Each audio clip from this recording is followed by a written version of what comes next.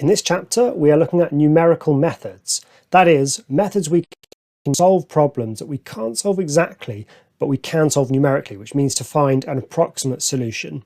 In practice, this is what is used all over the world, computing, engineering, all sorts, when we don't really care what the exact answer is, but if we can find an answer to 10 decimal places, for example, that's good enough. In this video, we're going to begin by looking at locating roots.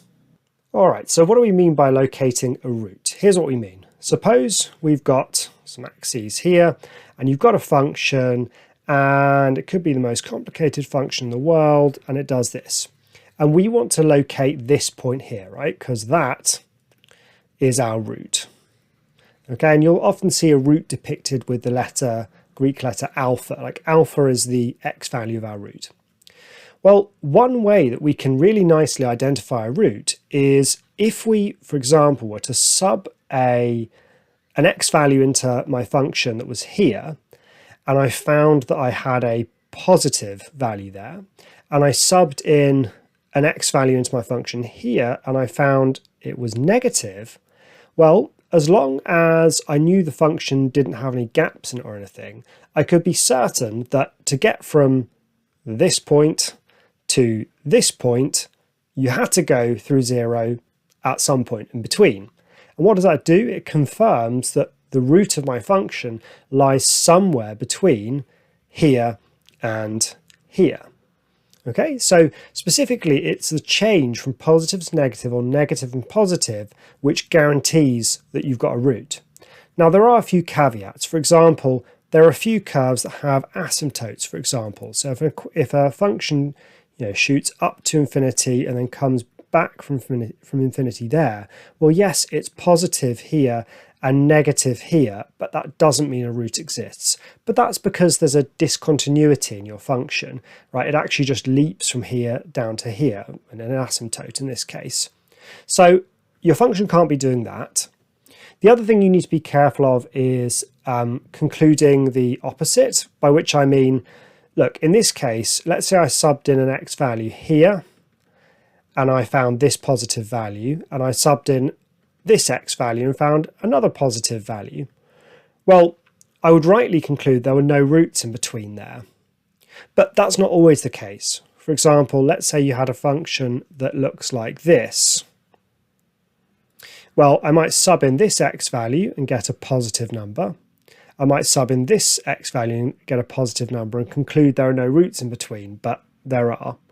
Okay, so the reverse is not always true. It's not true that if you get no sign change, then there's no root. But it is true if your function is continuous, so no asymptotes, no leaps, no jumps, a change of sign indicates a root. So let's look at how we do this in practice.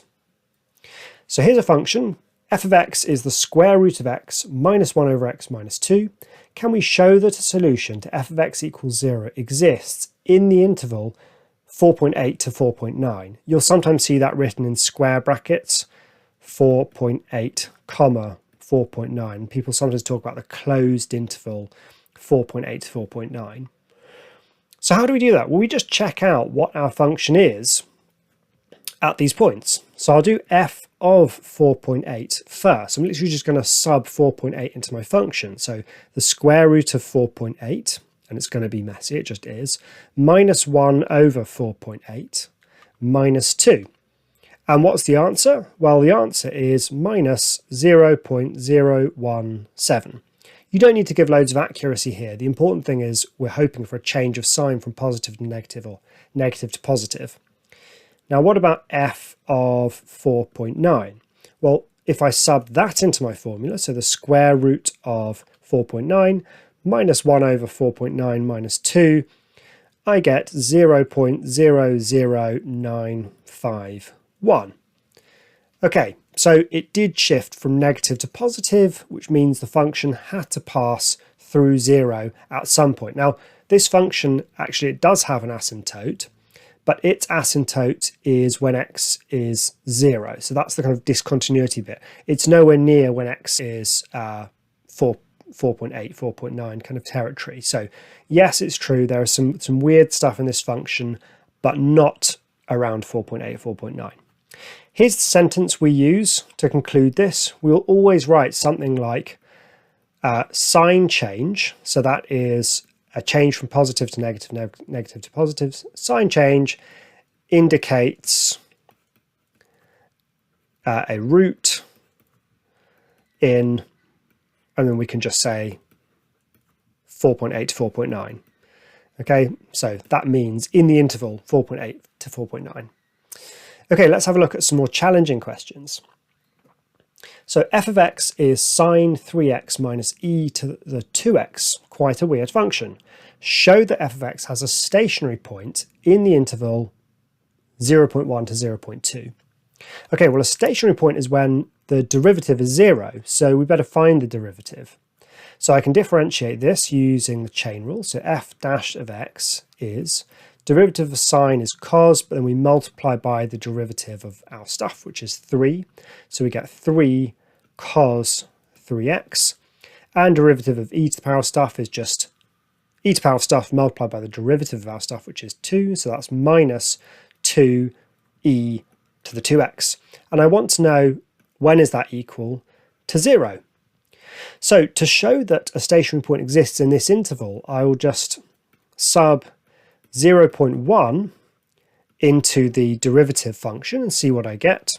So I get 3 cos 3 times 0.1 minus 2e to the 2 times 0.1. So just key that into my calculator and I get 0.423. So the gradient is positive, right? It's kind of going up when x is 0.1.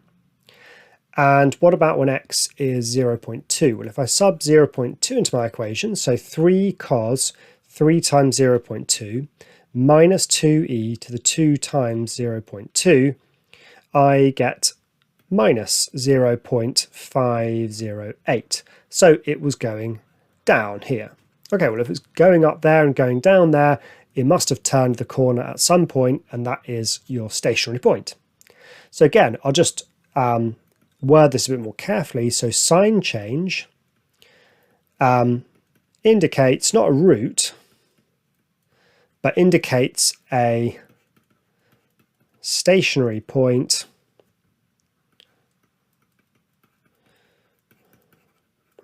in the interval 0.1 to 0.2. Okay, so that's the kind of language we use for this. Okay, let's piece this all together now and talk on one slightly longer question. So f of x is cos x, g of x is x, where x is in radians. By sketching f of x and g of x on the same axes, explain why the equation f of x equals g of x has only one solution. Okay, so let's give ourselves a bit more room here. So what do the sketches of these look like?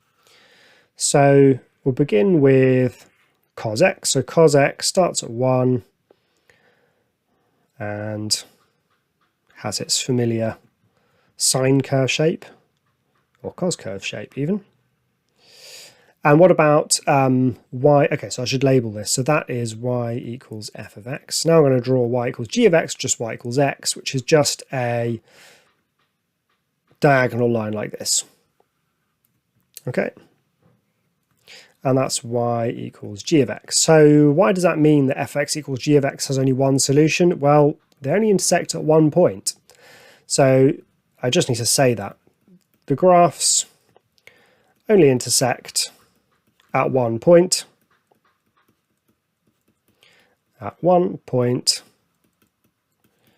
Therefore, I can use the 3 dots for that. Therefore, f of x equals g of x has only one solution.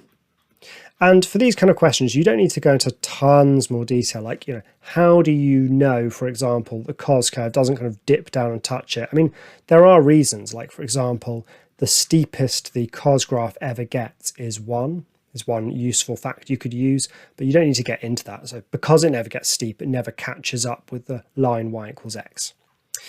Okay, there's part 1. What about part A? Part B, show a solution to f of x equals g of x exists in the interval. Okay, so the thing is, f of x equals g of x is the equation cos x equals x. And so we're not going to get any sign change there, but notice that in order to turn this into a question that could have a sign change, we just need to set it up as an equation equal to 0. So that's just cos x minus x equals 0.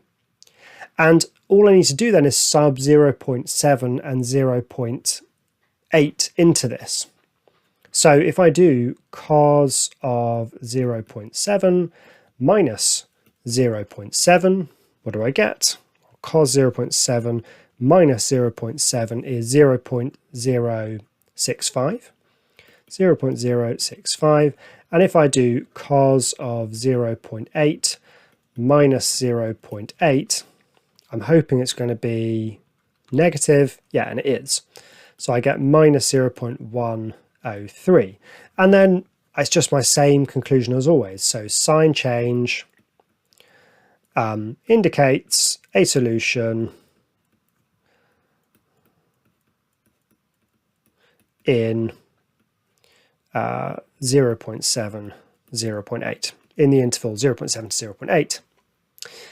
Okay, part C is given that alpha is a solution, okay, which we know is somewhere between 0.7 and 0.8, show that 0.739, so show that alpha is 0.739 corrects to 3 significant figures.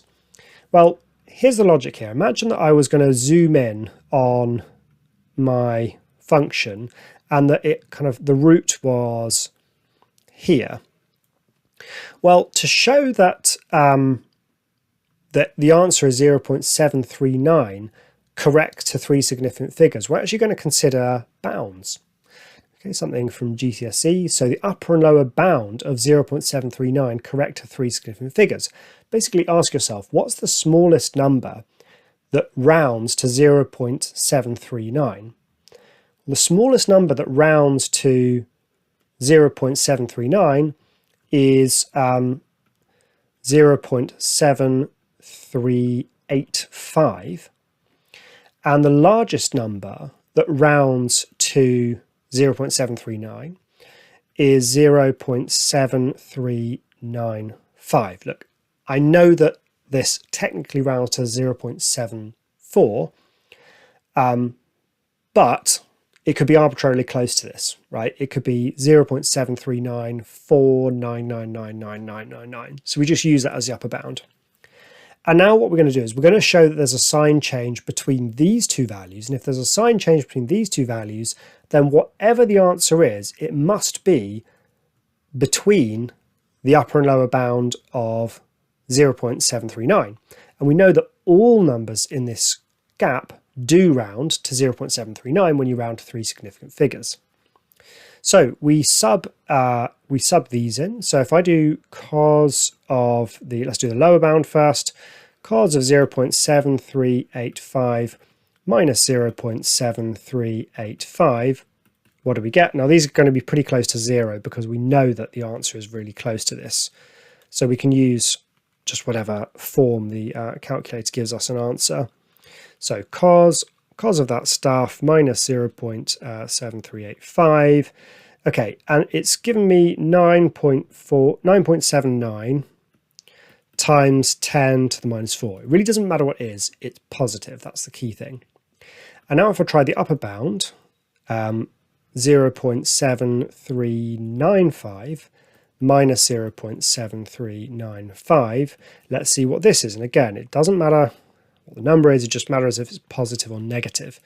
And good, it's negative. I got minus 6.9 times 10 to the minus 4. They're tiny, tiny numbers because I'm really close to the exact root. Okay, so the fact there was a sign change means, yep, we went from positive to negative, which does mean that at some point between the lower bound and the upper bound, it really was 0. So, as usual, sign change